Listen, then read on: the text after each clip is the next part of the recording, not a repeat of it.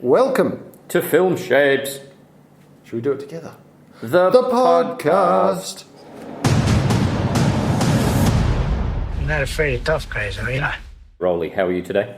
Good. Good. We're in a little bit of a different zone, but hey, today we're going to speak about The Irishman. This is Martin Scorsese's latest film. It was released a little run on cinemas, and now it's on Netflix. It brings the story of Frank Sheeran to the screens. Now, he was an Irish mob assassin who probably or possibly killed Jimmy Hoffa, the union boss, in 1975. There's a massive spoiler, but it's early. Now, this movie stars Robert De Niro, Al Pacino, Joe Pesci. It's got Harvey Keitel, Anna Paquin, Stephen Graham, lots of other people. It's an all-star cast. Now, Rolly, what do you think? Oh, where did you see it first? I saw it on Netflix. Okay, me too. And I saw it in bursts. What, so the first night I fell asleep, Mm. And so I watched it over the next few days in little pieces. Oh, that's not ideal, is it? I know purists like yourself don't like that, but I'm... I like to think... I suppose I would like to watch it all the way through, but I did watch it on Netflix, not at the cinema. So how can I call myself a purist? But you did watch it all the way through? Yeah. Okay. It's only 3.5 hours. It's quite a long film. Yeah, I suppose it is these days, yeah. And I mean, it's obviously a genre film with some of the great performers and a director of that genre. Yeah. What other mob-style films has Scorsese done then? Goodfellas, I suppose, is his main callback to this one. Casino. Oh, Casino, yeah. Yeah. That was good. And he's done other things, not necessarily mob-related, but I suppose gangster-ish, criminal, like Mean Streets, Taxi Driver, Gangs of New York. They're not exactly in the same sort of specific area, but yeah, for the Italian mafia, it's probably Goodfellas, Casino, Okay. and this, yeah. So I guess broadly, I was kind of, I thought the film was well executed. The technology was interesting that was used, the de-aging tech that was used in the film, but it didn't really excite me at any point. Really? I wasn't on the edge of my seat for anything. I was just... It's not really the kind of film he makes, though. He's not after thrills and spills. I suppose, as he's spoken about with the Marvel cinema, he got into a little bit of a to-do with the Marvel people. I don't know the full details of that, but he was saying that that's not proper cinema. More like his style is, I guess. Yeah. So I wasn't overly impressed with it, but I thought it was a good film. 3.5 hours. I'm not sure it needed to be that long. I didn't notice. I thought, I'm starting this at about 9. I'm looking at 11:30 to go to bed. All right. For an old fellow like me, that's late. But I didn't notice at all the time of the film. Once or twice I might have glanced up at the clock and thought, got a bit to go. It didn't... What's your take? I like it more now than I did immediately after it. But I don't know, there was things like Pacino's performance. Some of the de-aging was a little bit odd to begin with, but now thinking about it over a few days, I think it's really very good. Not Pacino, Pesci, I think it was. He was a large part of... He didn't want to do a film with this de-aging thing where he had bits and pieces stuck to his face, ping-pong balls stuck to his face, as they described it. Okay. Which was how the technique for a lot of this face tracking, the actors in the past have needed to have... Yeah. I'm sure they're not ping-pong balls. Maybe they are. Yep. Whatever, stuck to their face. And, I was a little surprised to hear that, these actors from another generation, they're not used to that. I don't want to do all that. I don't want all that shit on my face, man.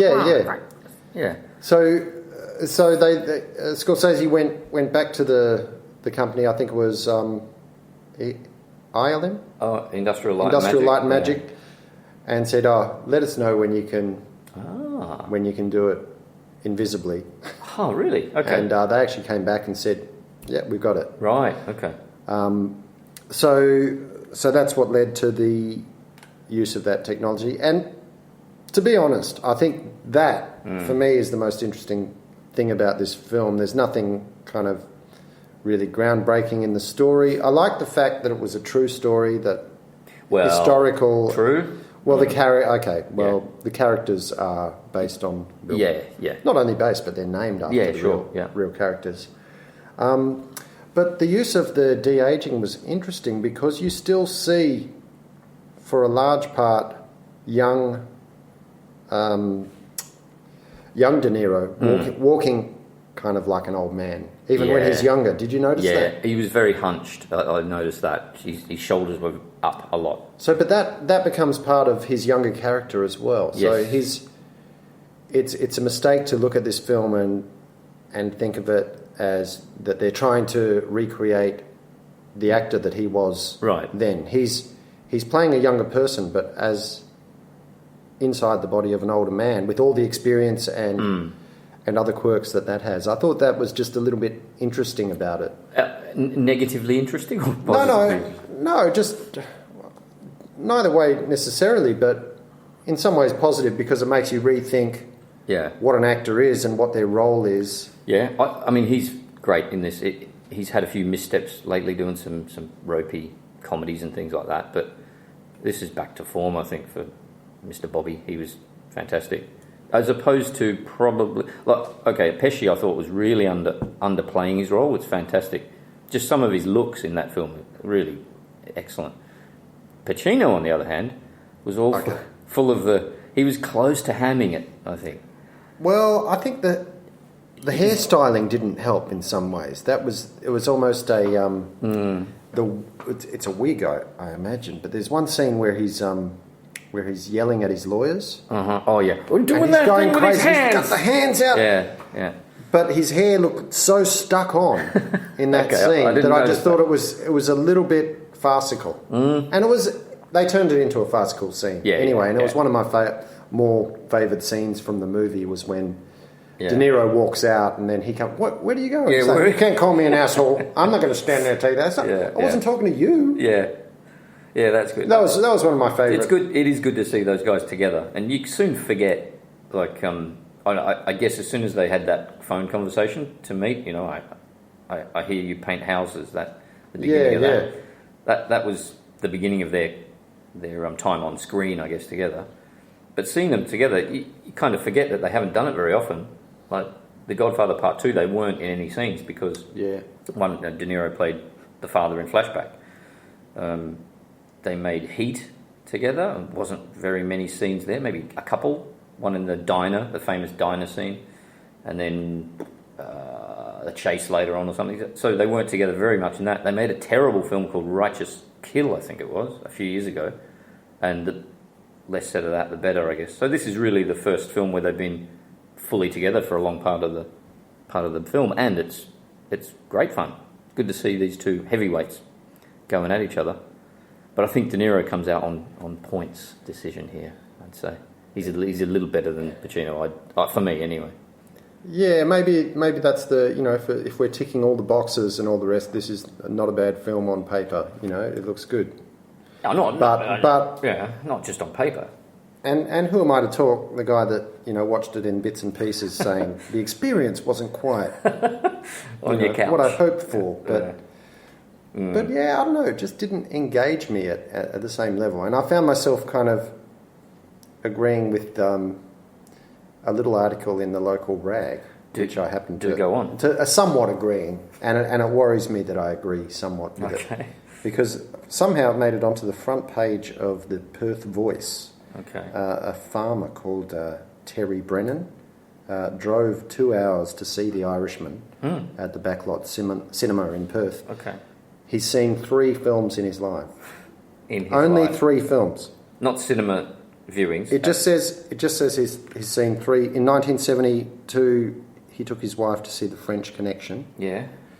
He fell asleep, so He's probably not sure. I'm not sure. I haven't seen that film, but the ending sort of betrays the rest of the film. It's a pretty good film, and then the ending kind of let's not get too sidetracked. The next year, he saw The Poseidon Adventure, which is a film I remember seeing on television many times. Right. Enjoyed that, but then for some reason, he had a 24-year break. He went back to the farm. That must have been a terrible experience. He came back for Titanic. Oh, 2 boat films with the lead, and it's quote here, DiCaprio or whatever his name is. Did a fair job. So he's they've put him up here on the front page as somewhat of a reviewer. Oh, what? So he farms sheep, and anyway, his 4th film, The Irishman. So he drives to it. He heard a radio reviewer give The Irishman 4.5 stars, presumably under 5. Sure. Whereas his initial review was a lot more lukewarm. He gave it about 5 out of 10. Okay. But he says, but I'm only a farmer. What do I know? Well, he's got every right to. I think he's got give his every opinion. right. Yeah. I thought the last hour, I'm quoting here, I thought the last hour could have been concised into 5 minutes. Could have been what? Concise. I'm quoting. Oh, okay. Sick. Is that what you say? Yes. Could have been concised into 5 minutes. I somewhat agree with him there. The last hour, that's bollocks. The last 30 minutes maybe could have been. Hang on, get this. Okay. Quote again. The guy with the walking stick was overacting. Who's the walking stick guy? I think that was De Niro, wasn't it? Yeah, because he walked with the cane. He's walking with the double walking sticks. He walks into the bank to see his daughter. Ah, yeah, right, okay. Overacting? He thought some bits were unrealistic. Overacting? Not Pacino. De Niro underacted, if anything. Well, I don't think Pacino had a cane. So he's referring to the man. Okay. Okay, now, but he's since doing some reading after the movie, he's revised his review to 6 out of 10. Oh, wow, that's interesting. I did some, quote, I did some research on De Niro and Pacino, the actors in The Irishman. I think those guys did an excellent job. I think they acted very well. And when I found out their age, I gave them another point to remember all their lines. They did well. One of them's nearly 80 years old, and one's in his 70s.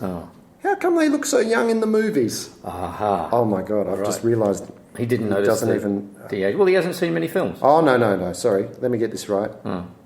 He reckons he could use some of their digital de-aging in flashback scenes. Yeah. I need some for my face. It's a bit weathered from being out on the farm. Is there a picture of him? Let me see. I mean, it's not good for the... Terry Brennan. Is that him on the front there? Terry Brennan, he doesn't look too bad. Standing there next to Which one Ian is he? Hale, On the left? local cinema man about town. On the left. He's not too bad for an old fella. Yeah. So, hang on. Let me get this right. French Connection, first film, fell asleep. Fell asleep. Right, you can understand this. You do this quite often. Yeah, so already I'm a little bit on board with it. Yeah. Second film, Poseidon Adventure. I think a couple of years after that, I guess, 75 or something, right? A disaster at sea on a ship. Yes. Said that's enough for me for 24 years. 24 years. There's another massive disaster at sea on a ship. With DiCaprio. With DiCaprio, whoever that is. I'll go and see that because I remember the last one I saw that was a disaster at sea. That's weird, isn't it? Yeah. And then, hang on, what's the link between... Oh, it's DiCaprio again, isn't it? Wolf of Wall Street and no, we didn't Titanic. mention that. I told you before, though. Someone told me over a beer that he was also in The Wolf of Wall Street. Yeah, which he must have gone to see. Okay. So no. He didn't even see that? Yeah, look. No, he didn't. Oh, this is getting silly. Poseidon Adventure, Wolf of Wall Street, French Connection half, and The Irishman. And Titanic. What? Hang on. Yeah, so he's seen half of Connection, then Poseidon Adventure, then Titanic, and then Wolf of Wall Street. He hasn't seen Wolf of Wall Street. He has. He's seen 3.5 films before this one. No, but someone told me over a beer that he was also in The Wolf of Wall Street. He makes no mention of seeing The Wolf of Wall Street. But how many had he seen? It must be that. Read between the lines, Roly. Oh, okay, sorry. He's only seen 3.5 movies. So, if he's before mentioned that one, before seeing this one. So do you think he has seen I think so. Wall Street? Okay. It's interesting. French Connection, 70s, Poseidon Adventure, whack, big break, And- Titanic, because he likes boats, a disaster boat movie. He's obviously Then doesn't mind the boat. he liked DiCaprio in Titanic, so he went on and watched The Wolf of Wall Street after this, and then Also another got some Scorsese. boat in He's it got too. a kind of... I like this guy's... his It little may joining seem the dots. like we're What are we doing? harping on about this, but this is on the front page of the Perth Voice, so Yeah, it must be huge readership. worth a mention. Yeah. Any other points on this one? Yeah, I think... Well, let me see. Got a couple of notes here. Yes, I mean, look, first let me read some of these films that Scorsese's done in the past. That you were saying before about another film that you hadn't seen the other films from that particular director. You've seen a few Scorsese films, right? You must have. So Mean Streets, Taxi Driver, Raging Bull, King of Comedy, Goodfellas, Cape Fear, Casino, Shutter Island, The Departed. These are some of the best American films of all time. Where does The Irishman sit, do you think? Is this a modern classic, a modern Scorsese classic? I think it's probably at the lower end of things.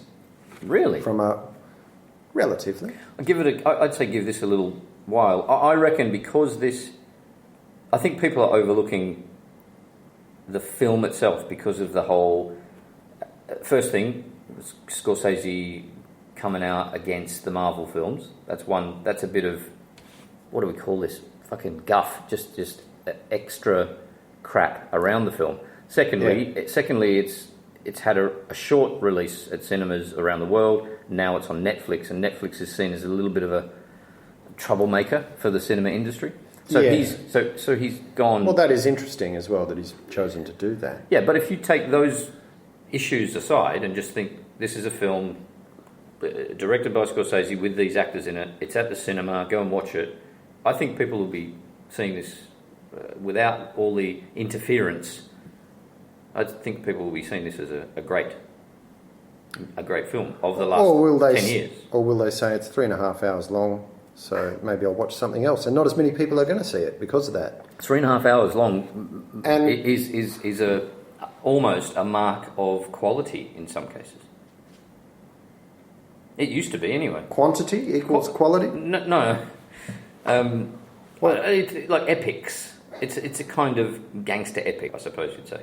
Yeah, and I don't want to accuse Scorsese of not being a genius, which he may well be, but at a certain point, when people are given so much control back to themselves, there's that thing of every little idea I have is very important and must be shown on the screen. Every idea I have is a little mark of my genius, and you think it's a little therefore for someone else to take it away would not. Yeah. Well, someone like Tarantino suffers from that, I think, but I don't think Scorsese absolutely. does. Well, Scorsese has Thelma Shoemaker, his editor, who's been with him for years and years, and I think they have a symbiotic relationship, I guess. She doesn't take any shit from him, and he doesn't push how I want to make this 5 hours long. She's saying no, let's get it back to 3.5, for example. Yeah, I don't know. Well, I enjoyed the recent Bob Dylan. Oh yeah, he does a few which was also on Netflix. Yeah. You know, there's a possible. I mean, people are talking about Anna Paquin's performance and lack of dialogue. I guess she's the daughter. Yeah. Who has the most trouble with her father, with De Niro. What do you think about that? What, as in whether she should have had more dialogue, or? Yeah, I don't know.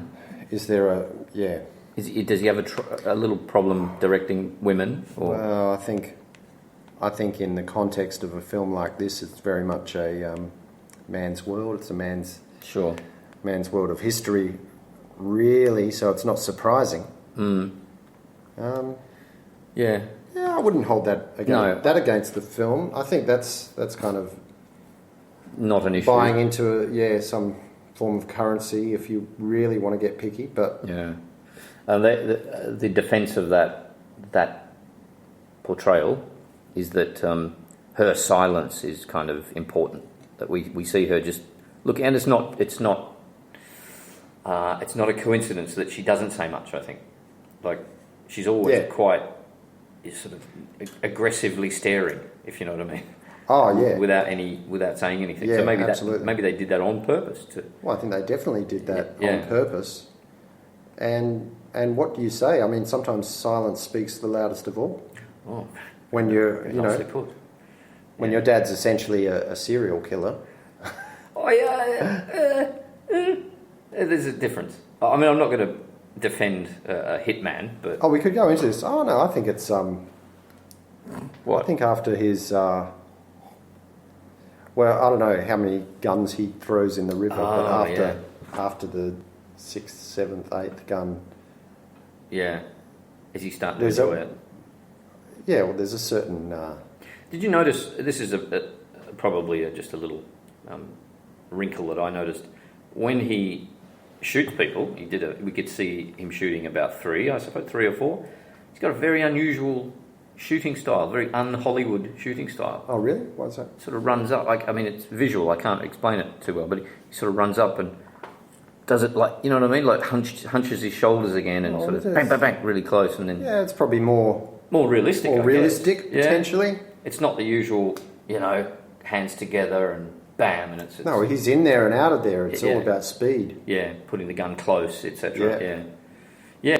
That's I think that's a mark of the realism. Maybe they've seen some of these shootings before. Some of these guys, who knows? Oh, I think any sort of there would be a lot of research that goes into a film like this, as would have been done with other films that he's made in the past. Yeah. Don't know how much video footage that would include, but Ugh. Yeah, pretty it's gruesome material. True. Yeah, well, I mean, I think I like this more than you did, Rolly. I enjoyed it. Yeah, I think you probably did. I wouldn't have. I don't think Fallen I would have asleep? been. I wouldn't have fallen asleep, and I think I would have enjoyed it at the cinema as well. Probably a touch more, because that's how it goes, I guess. I will say one good thing about falling asleep. It did allow me to get a better look at the film, because I went back to before I'd fallen asleep. I actually watched it from the beginning again. Did you? Wow. But then in little pieces. So you've seen And like so 4.5 hours of I this feel movie. like the first viewing of a film, you're kind of watching the film, and then in the second, you're watching much more, or at least in my case, I find I'm watching more the making of the film. Okay, yeah, the details. Yeah. Yeah, and I'm more likely to be picky about things in that second viewing, I think, as well. So, Yeah, right, okay. But, will you watch it again? Still on Netflix? no, probably not. There's a big world out there. I've got other things to do. Yeah, 3.5 hours of extra Yeah. time, yeah. Fair enough. All right, well, thanks very much. See you later. See you later. Bye. It's over. They're all gone. Yeah.